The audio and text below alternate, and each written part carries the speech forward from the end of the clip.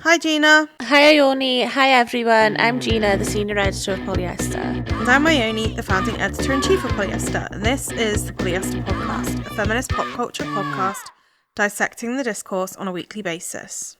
Before we start, if you're a fan of this podcast, please make sure to like, rate, subscribe and review. And if you really love us, you can sign up for a podcast membership where you can join our WhatsApp chat, get access to our research each week, and get on our Instagram close friends for only £3 a month.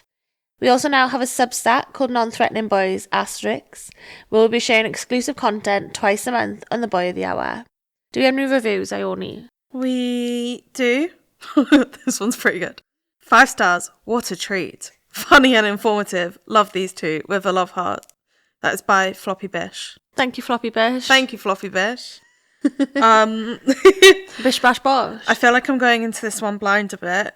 Yeah, which is lucky because I know everything about it. Full disclosure, we've had a very busy day. We've had a very busy day, and also this is an audience requested episode, so I think usually going into it, we've both had I've got a baseline of knowledge. Yeah, baseline of knowledge, whereas Ione doesn't cohort herself in these these circles. So you're making me sound like a SWerf. No, not like SWerf, but like you're too busy on different bits of the internet. Do you know what I mean? Like this is kind of like straight internet. Is it? Is that what it is? It's straight internet. Yeah, this is straight internet. Juju, bad juju.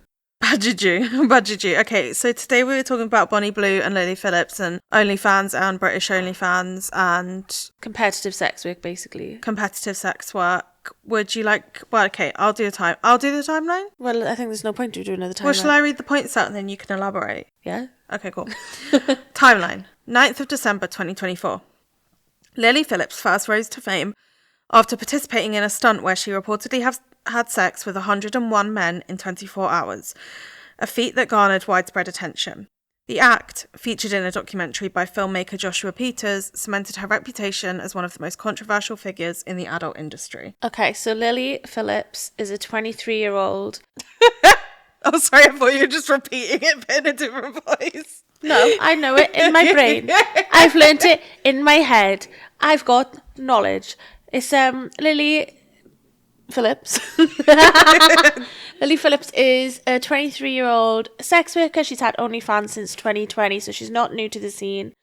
She's done sex work for 5 years now, I guess. Not half 4. A decade. I was going to say 4. So she started when she was 19, I believe. Well, 4 then. Well, depends when her birthday is.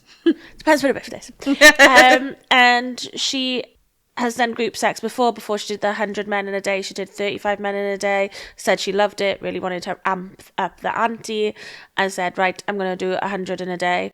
This YouTuber documentarian, Josh, was like, I'm going to record not the act itself, not the men coming in, the men coming out, but I'm going to record the before, the preparation, and the aftermath, like how she feels after she's done what she's done.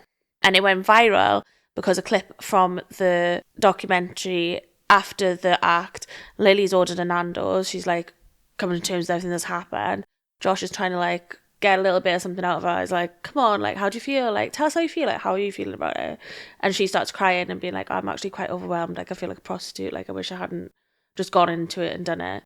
And then like everyone has used this clip as like a soundbite to be like, sex work is evil. Sex work's wrong. Like, no woman should have stuff like this. She doesn't know what she's doing. Like, she's too young to know what she's doing. Like, all this kind of stuff being like, women can't consent to sex work. It's rape. Like, just using this as like a snowball effect to make whatever point they want to make without really considering what Lily thinks about it all. I saw a term in the research, but I don't know how to pronounce it.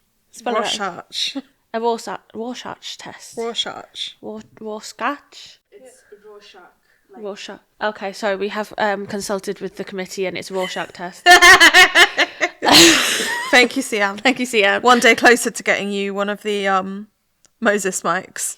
The Rorschach test is one of those ink blot tests where they show it to you and you take what you think you see. And that's how, like, psychiatrists. So it's like if you really want a crisp, you see a crisp, or if you really want, like, a. Yeah, like the joke is, like, it'll just be like a random blot, and people will be like, oh my god, it's my parents fucking. Oh, okay, fine. like, it's my cousin and they look so hot. Jesus Christ. But usually, like, in, like, actuality, they'd be like, it's a butterfly, and then it's kind of like, the therapist would be like, they're seeing butterflies and wings because it means this. It's kind of like a bit of a crackpot thing. It's not really. Yeah, they do it in Donnie Darko. They do it in Donnie If you need a Darko. visual. I know it from Watchmen because one of them has like a mask that is that, and that's like his character. The film or the TV show? Book. Actually. So that's Lily Phillips. And then on the 11th of January 2025, so this is all kind of blown up within like the last 2 months. Which is crazy because I was like, this has been going on for like ages and ages and ages. But what, you've been on it for months? Well, I remember it from the 9th of December, but in my memory, I was like, oh, this must have been going on since like long as time. October, September. Well, we spoke about it a bit as well in an episode before Christmas. I can't remember what it was, so do you remember? If you comment below what it was, we'll give you a free subscription. Anyway, so on the 11th of January 2025, just a meagre 2 weeks ago, or 3. However, Bonnie beat her to the punch this month after having sex with an eye-watering 1,057 fellas. Don't know what the source is for this. Siam. I told Siam to make a 10-minute shoot in fellas. In 12 hours. So who is Bonnie Blue? Bonnie Blue. Oh, also I wanted to say about Lily Phillips. She was an influencer first. She had 16,000 followers and was like, I need to do something different. I want to be more famous. Which is what led to her being a Was sex it her worker. saying she wanted to be more famous though, or her saying she wanted to make more money? A bit of both. Okay. She's like, I want to have further reach. Like, what can I do next? Whereas Bonnie Blue was working as like a consultant and was like, I can see that people are making loads of money out of this. Mm-hmm. Or I think in recruitment. And then she was like, I'm going to get him. A poster has just fallen down behind Gina. We're falling apart over here. Please become a member. A mender. Please become a mender. Anyway. Deeper down in the studio. So Bonnie Blue's a 25-year-old sex worker. She got famous before any of this stunts. Kind of in, I would say, like November. She's been on like the Saving Grace podcast. She's been on This Morning. She's been on loads of like public-facing stuff, talking about how she loves taking boys' virginities. She targets students. She goes to like targets. No, literally, this is like the word and in some of the research. It was like she targets universities. I was like, she's not the fucking IRA. Be serious. But she posts. She uses it. Obviously, she's got loads of followers. She'll go to like a freshers week at like Norwich Uni. Be like, here's the address. I'm here. Come fuck me. The agreement is you sign your consent that you'll get filmed and it'll be on my OnlyFans. And that's what you get out of the exchange, and I get the content out of the exchange. So she's not paying so these anyone. Men don't pay. The men don't pay to do it. She doesn't pay them to do it. For either of them. For either of them. And people were like, oh, what if like a man was out here saying that he loves taking girls' virginities? Like, it's really like double standard. A double standard. It's disgusting. She's grooming all these boys, etc., etc. So she was already famous for doing that. Lily Phillips has collaborated with Bonnie Blue before on doing one of them, which is why it's controversial, because they were friends and now they're not friends because Lily's like, you stole my idea, because she originally said she wanted to do 1,000 before Bonnie Blue went and did it. Do you want my theory? Go on. They're still friends. Oh, 100%. Let's be serious. But Lily was like, I was going to do... She basically blasts Bonnie's game plan on a podcast because she's like, she did 1,000 in a day. I was going to do 250, then 500, then 1,000. But apparently they'd fallen out. Lily originally wanted to do it in America and then got stopped by the security guards. What are they called? Security. Border controller at LAX. And they were like, are you a prostitute? And she was like, well, no, because they're not paying. And they were like, all right. I saw this with someone else. Do you remember when we were in LA and we were at our friend's house and Rocco was watching a YouTube vlog and it was like, were you there? It was like a week in LA. And it was so weird because the vlogger was at the hotel I was at. Oh, yeah. Korean girl. Yeah. And she was like, oh, border control just pulled me into a side room and they said I'm not even, like, not the sex work thing, but they said I'm not allowed to publish any content while I'm here. Like, I can record and, like, document, but then I have to wait to edit and upload until I'm back in Korea. I think they just moved mad. The TSA, don't they? They're known for it. It's, you know, I live in fear of TSA. That's my only biggest fear, is the TSA. No, but I think it's interesting. This is just a whole other conversation, but it's like weird how, you know, changing times. Like, how do you control borders when so many people work, like, not specifically in one place? No, there should be no border control, by the way. Someone in Trump's party was like, we're going to get rid of it, and then airlines are responsible for their own security. But then it's a government program at the minute. That seems absolutely antithetical to him not wanting any immigrants around. Well, guess what's going to happen? I'm going to be on the cheap ass airlines and I'm not getting searched. Gina. We're getting banned from every country. Don't worry, I'm not recording a podcast in fucking LA. Anyway, so let's continue. So yeah, Lily Phillips was like, I want to do it in America, and then she didn't do it in America. So now she's on the back foot. Also, she's not. She's saying she's going to do 1,000 men anally. Wow. Well, how she put it was backdoors, which I thought was very lovely. A few points. Someone told me, and this isn't like someone told me in a gossipy way, they obviously read it online, but did Tommy Fury cheat on Molly May with Lily Phillips? No. Someone told me that. It was someone else. It's another girl going around doing the podcast. Why are there so many podcasts for just these girls to go on? Why are we saying? But anyway, there's another OnlyFans girl going on podcasts saying that she's the reason they broke up because Tommy fucked her. Right, okay. But also part of why people hate Bonnie Blue is because she's like, I'll fuck your dad, I'll fuck your husband, like, you're not satisfying your men at home, and that's why they're seeking out sex work. Like, she's gone on these podcasts and saying really dastardly things. Dastardly things? On purpose. Like, when I was reading, like, some of the quotes, I was like, you're being a villain, like, to be villainous. Like, you're not doing it because you genuinely believe those things. Like, you can tell that she's trying to, like, be this archetype of, like, evil female sexuality. Yeah, like the woman that steals your man. Yeah, exactly. And, like, men get off on that. Okay, I have a theory on this as well, so I will come to it after the break, which we are taking now. Hello, we are back from our break. So my two theories. A, Lily Phillips and Bonnie Blue are definitely still mates. What if they're lesbians? And I think it kind of ties into what you're saying, but I feel like everything that I was reading about this or like know about it is really just reminding me of the boxing. The boxing? Yeah. Wait, that's the sport where they like, where like Tyson Fury's in it, right? Yeah. Yeah. So, because I watched the Tyson Fury documentary last year, me and Gina both watched it. Was it out last year? The Netflix one? Yeah, God knows. Yeah, we watched it on your... No, it was 2023 because we watched it on your Hindu. Oh, yeah. But you know how boxing is like... The thrilling Hindu.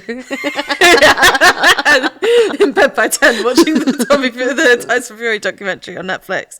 So, basically, because I've seen a bit of this here and there, and it seems that like a lot of public consensus is that obviously Bonnie Blue did not shag 1,000 men.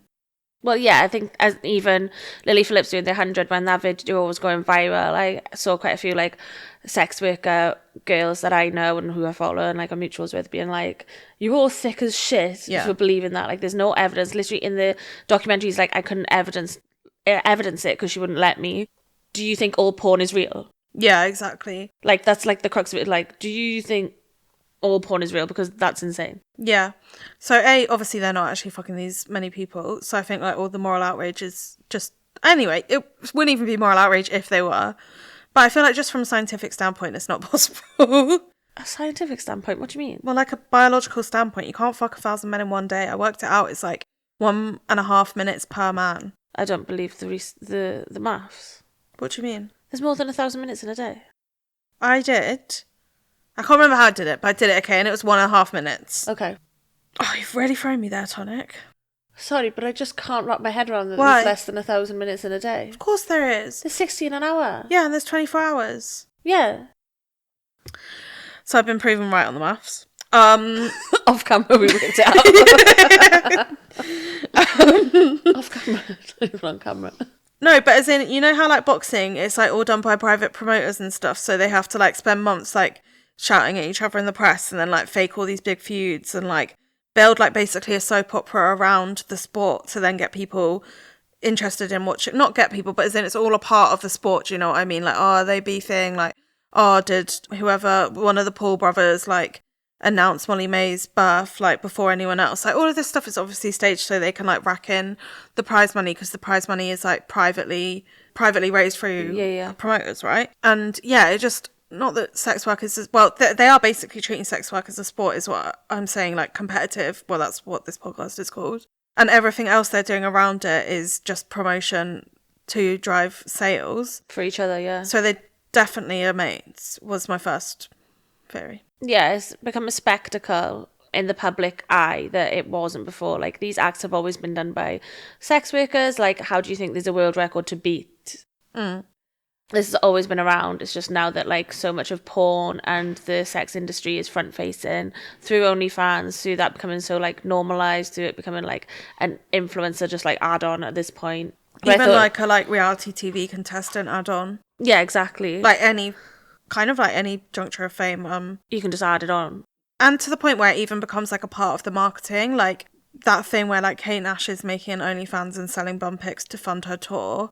And I watched her, did I say this on the podcast already? No, you haven't. You've said it to me. And I watched her Lorraine interview, and she was like, yeah, obviously I've only done it so I can get on Lorraine and like talk about the issues I actually care about, which isn't a bad thing. Like, people can use sex work for whatever they want, I guess. I mean, it is kind of like a bit annoying when people actually do sex work as their jobs, but yeah, for like rich white women to co-opt it, there's definitely like a conversation to be had there. yeah. But I think going back to what you said, there's a really good article in Dazed called Bonnie Blue, Lily Phillips and the Tabloidification of Sex Work by Ellie Cugini.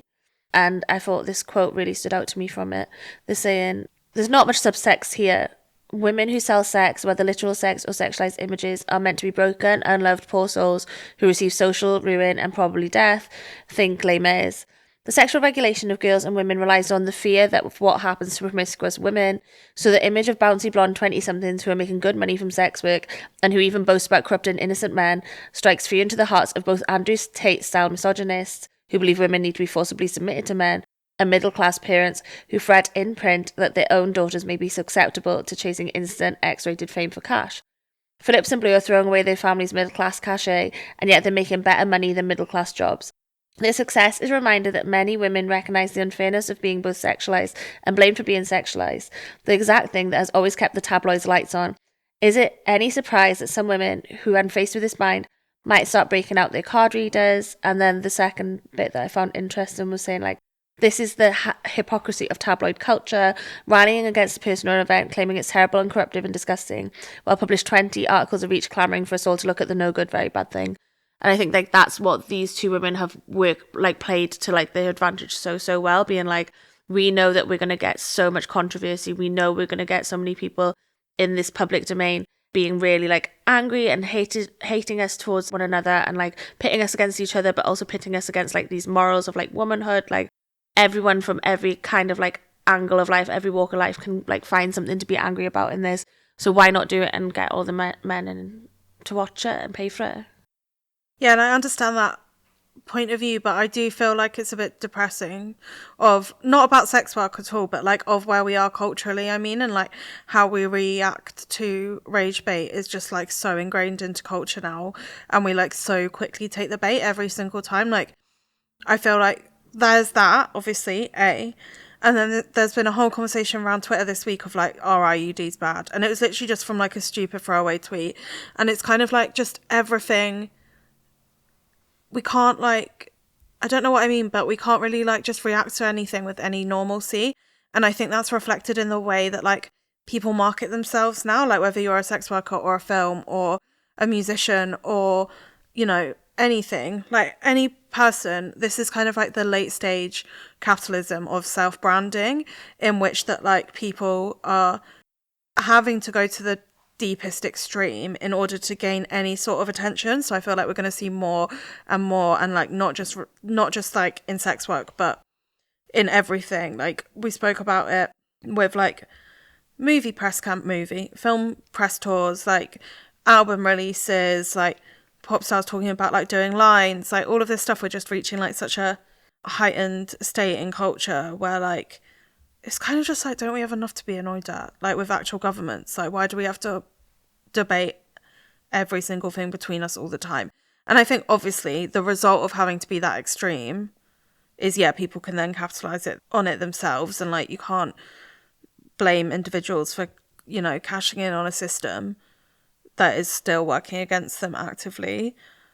But I also just don't think that like, and not about sex work, like I'm completely pro sex work and all of that, but I think just like the way in which a story gets like serialized on the internet, and like I think it goes beyond tabloids. Like obviously tabloids are bad and they're like responsible for so much evil in this world, but now like we are the own tabloid in our head, all of us. Yeah, whereas definitely. before you used to be able to avoid tabloids if you wanted to, like you don't have to buy the Sun, but now it's like literally all of our feeds all the time. Yeah, I think extremity just begets extremity. Like we could never admit to ourselves, and I've said this lots of times, that we've got like, it's a grey area, like we can be both for and against something at the same time, and for like different reasons.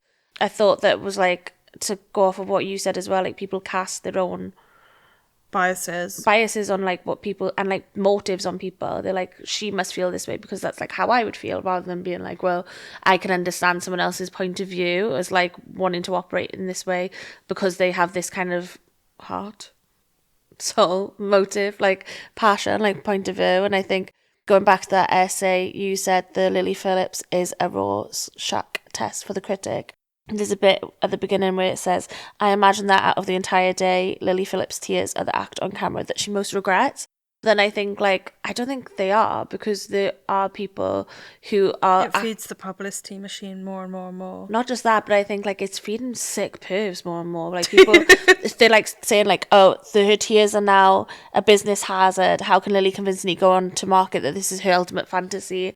But I think, like, what's happened is that a lot of men will be getting off on the fact that it's not her. She doesn't really want it. She doesn't really want it. Like, that's what, like, people, like, that's, like, the unsaid thing here. Which is really, obviously, complicated as well. Yeah, it's complicated, and I think, like... And I also think people don't like the general public aspect of these videos, like the fact that, like, you know, there's just, like, people off the street walking up to do it because they want to, because I feel like a lot of people still don't want to think that, like, their son watches porn, or like, obviously this is gender non-specific, but as in this situation it's not, or like their partner watches porn or their brother watches porn. Like, we don't really want to think about that. Yeah, or even would take part in something like this. Oh no, exactly. Like, take it to this like extreme. By extension. Yeah, exactly. I think, like, yeah, that was a big thing. Like, so many of these articles as well that are dissecting the discourse around this topic have been like, well, why aren't we talking about the men wanting to be disgusted and wanting to degrade themselves and wanting to get involved in this shit? And I'm like, obviously, like, I just feel like in my mind, I was like, obviously there's hundreds of thousands of men out there doing it. Like, who do you think would be down for this? Like, why would anyone be appalled at that? Like, people are more appalled at these girls doing it because they're like, well, they've come from nice backgrounds and their parents are still together, and they're like these, not this tragic hero, like anti-hero figure. They're like girls who have given up a decent wage for a better wage in a way that suits their lifestyle and the things that they want to do. Yeah. I just think it's like embarrassing to try and turn it around being like, well, girl boss, we should support them too and take it out on the men. It's like, no, everyone's fucked and perverted. Like, why aren't we like all just cashing in on it? What do you mean, why aren't we all cashing in on it? Like, of course they've gone and done that. Like, why are you angry at them just more than you are at her? Like, I think it's a moot point. But people as well are being like, well, these boys don't know what they're doing. They're 18, 19-year-olds, so they're signing up and then they're going to be on these videos forever. But I'm like, yeah, in a balaclava, and they've all got the same scrawny body that we've all seen like 100 times. Like, you couldn't pick out one of them from a fucking pack of 10. Balaclavas? Yeah, they literally all do it in ski masks and balaclavas.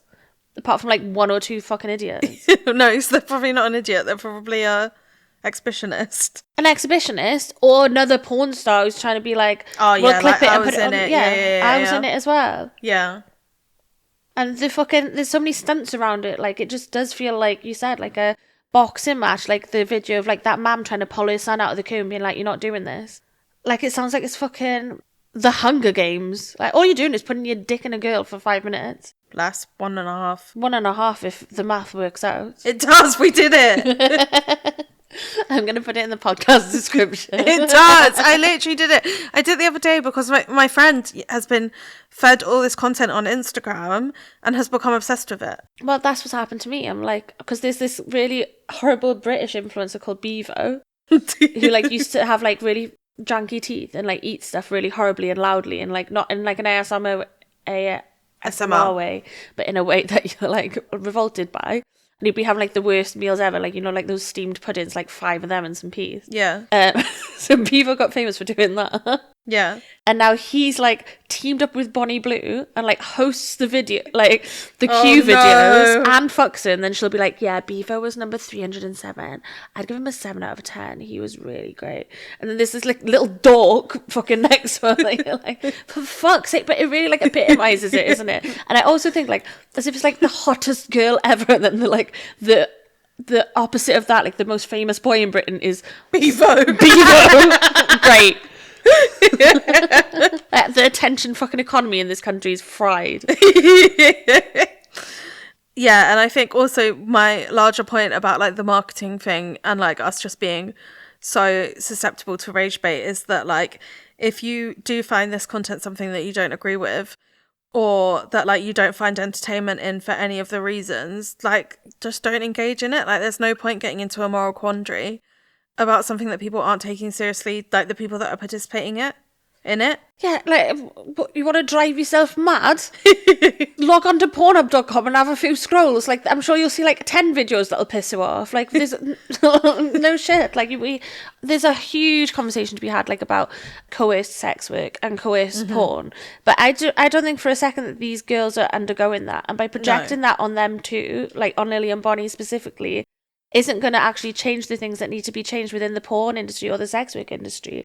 What needs to happen is the people who actually need help get help, and we're not all circle jerking over these conversations about morality for two girls who are just enjoying themselves. Yeah, we're like all just being duped into giving people engagement. And it's also like not pulling the wool over eyes, but like throwing something over there so you look at that rather than what's going on under the fucking seedy blanket. Throwing rocks then hiding your hands. Have you made that up? No.